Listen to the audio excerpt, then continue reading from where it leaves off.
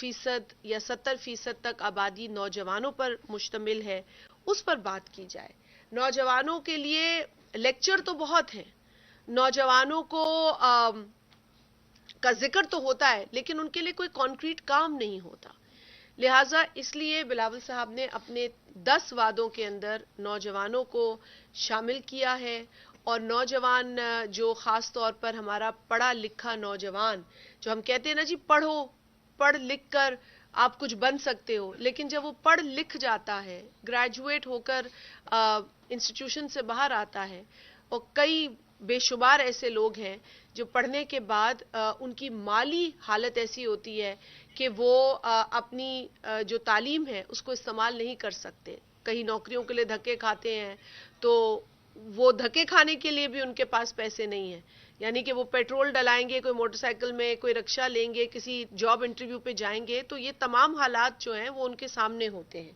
غریب ماں باپ جوڑ توڑ کر ان کو تعلیم تو دلوا دیتے ہیں، گریجویٹ تو ہو جاتے ہیں، لیکن اس کے بعد کا جو سیریس عمل ہے اس میں ان کو بڑی دشواری ہوتی ہے. تو لہٰذا بعض اوقات وہ کسی بھی قسم کا کام کرنے پر جو ہے وہ مجبور ہو جاتے ہیں، اور پھر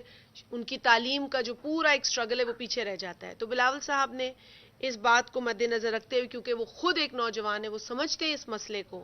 تو اس لیے یہ ان کی سوچ کا نتیجہ ہے کہ انہوں نے ان کی 10 پلیجز میں، 10 وعدوں میں اس بات کو شامل کیا ہے کہ وہ نوجوان جو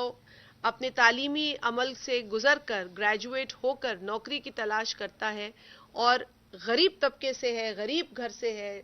نیڈی ہے، اس کے لیے فائنینشیل سپورٹ 1 سال، جو 1 سال کا پیریڈ وہ ونڈو ہے جس میں ہماری تو یہی دعا ہوگی کہ اس کو فوراً نوکری ملے، لیکن اگر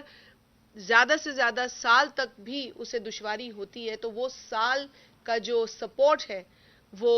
گورنمنٹ اٹھائے، جو عوامی گورنمنٹ ہو، جو پیپلز پارٹی کی گورنمنٹ ہو، ہمارے اس 10 پلیجز کا وہ حصہ ہیں. اس کے ساتھ ساتھ جو اسٹوڈنٹس کے لونز ہوتے ہیں، کئی لوگ بہت ذہین ہوتے ہیں، ان کے پاس ہر قسم کا میرٹ ہوتا ہے، لیکن جو چیز ان کے پاس نہیں ہوتی ہے وہ ہے فائنینشیل سپورٹ. لہٰذا ایسے ذہین طالب علم کے لیے، طلباء کے لیے یہ کوشش پیپلز پارٹی کی ہوگی کہ اسٹوڈنٹ لونز دیے جائیں. تو یہ بھی ان